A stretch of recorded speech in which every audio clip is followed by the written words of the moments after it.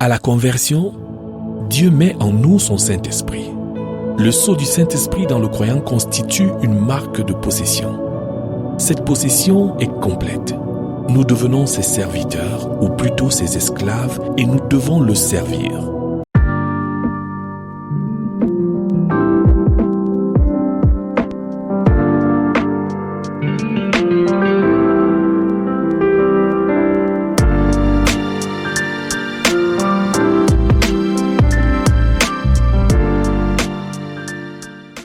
Chez les Hébreux, le propriétaire d'esclaves s'emparait des biens de ses esclaves. Si nos vies sont consacrées au Seigneur, alors nos biens doivent aussi lui être consacrés. Nous ne pouvons pas consacrer nos vies et laisser nos biens non consacrés. Quiconque veut suivre le Seigneur et marcher en communion avec lui doit apporter tout ce qu'il possède aux pieds du Seigneur. Il doit apporter tout ce qu'il a et pas juste une partie de cela. De tels biens matériels qui ont été abandonnés au Seigneur de façon inconditionnelle deviennent des biens consacrés. Je vous exhorte donc, frères, par les compassions de Dieu, à offrir vos corps comme un sacrifice vivant, agréable à Dieu, ce qui sera de votre part un culte raisonnable. Ne vous conformez pas au siècle présent, mais soyez transformés par le renouvellement de l'intelligence, afin que vous discerniez quelle est la volonté de Dieu, ce qui est bon, agréable et parfait. Romains chapitre 12, versets 1 à 2. Je crois que c'est ici le meilleur endroit pour commencer ce message concernant le chrétien et l'argent, car pour un service spirituel quelconque, la consécration individuelle au Seigneur Jésus est le préalable fondamental. Nous ne pouvons pas donner notre argent en sacrifice au Seigneur et à son œuvre si nous ne nous sommes pas donnés nous-mêmes en sacrifice. Si nous avons nous-mêmes des réserves, ou bien si nous régnons sa seigneurie dans un domaine quelconque de notre vie, alors tout ce que nous lui offrons comme don matériel ne vaut rien. Dieu ne peut pas accepter l'argent d'un homme quand ce dernier n'est pas lui-même accepté par Dieu. Dieu n'est pas dans l'obligation d'accepter un don quelconque.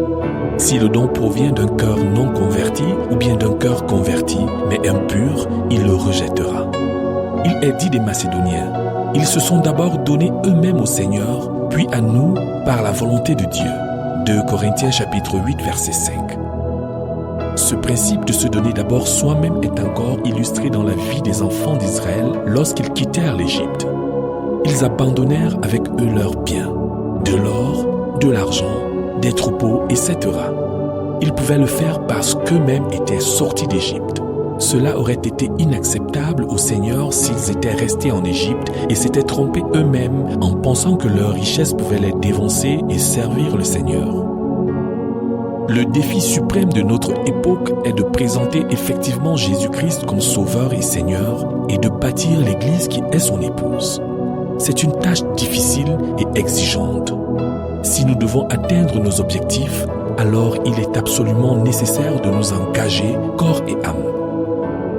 Un jeune homme d'Afrique de l'Ouest avait décidé de devenir Premier ministre de son pays. Voici comment il pensait à ce que cela lui coûterait et comment il devait payer le prix. Il faut comprendre au départ que ce que je faisais était une volte-face complète dans mes habitudes personnelles, dans mon mode de comportement et même dans mes principes éthiques et culturels. Je ne pouvais plus me contenter de faire autant que possible ce qui me procurait du plaisir et le moins possible ce qui me gênait ou m'ennuyait. Dans un sens, j'étais en train d'expérimenter une conversion spirituelle profonde. La vie qui m'attendait était une vie d'abnégation personnelle et de sacrifice personnel. Je devais abandonner plusieurs choses qui, bien qu'étant innocentes en elles-mêmes, pouvaient faire obstacle à la cause qui allait devenir pour moi le but de la vie. Je devrais délibérément juger chacune de mes actions et décisions d'après un standard invariable. Me rapprochera-t-elle davantage de mon but? Dans mon habillement, mon langage et mes habitudes, je devrais prêcher mon évangile, même si cela signifie que je devrais faire les choses d'une façon qui pourrait sembler inconvenable ou même détestable. William Cotton, The African. Si un non-chrétien pouvait dire et faire cela afin d'atteindre son but, les enfants du royaume ne devaient-ils pas faire au moins la même chose, sinon plus? Un idéal de sacrifice moins élevé peut-il être exigé de nous? Il y a tellement de confusion dans le monde et aussi dans plusieurs églises à propos de l'argent. Aucun enfant de Dieu ne devrait se permettre de participer à cette confusion. Si tu ne sais pas encore où investir ton argent pour Dieu et pour son œuvre, je te conseille d'ouvrir un compte bancaire pour Dieu. Dépose-y tout l'argent que tu as mis à part pour Dieu afin qu'il puisse porter un intérêt pour Dieu en attendant que tu tires les choses au clair avec Dieu et que tu saches qui et quoi soutenir. Lorsque les choses seront mises au clair, l'argent pourra être alors retiré et investi dans l'œuvre que Dieu aura choisie pour toi afin que tu la soutiennes ou que tu en fasses partie.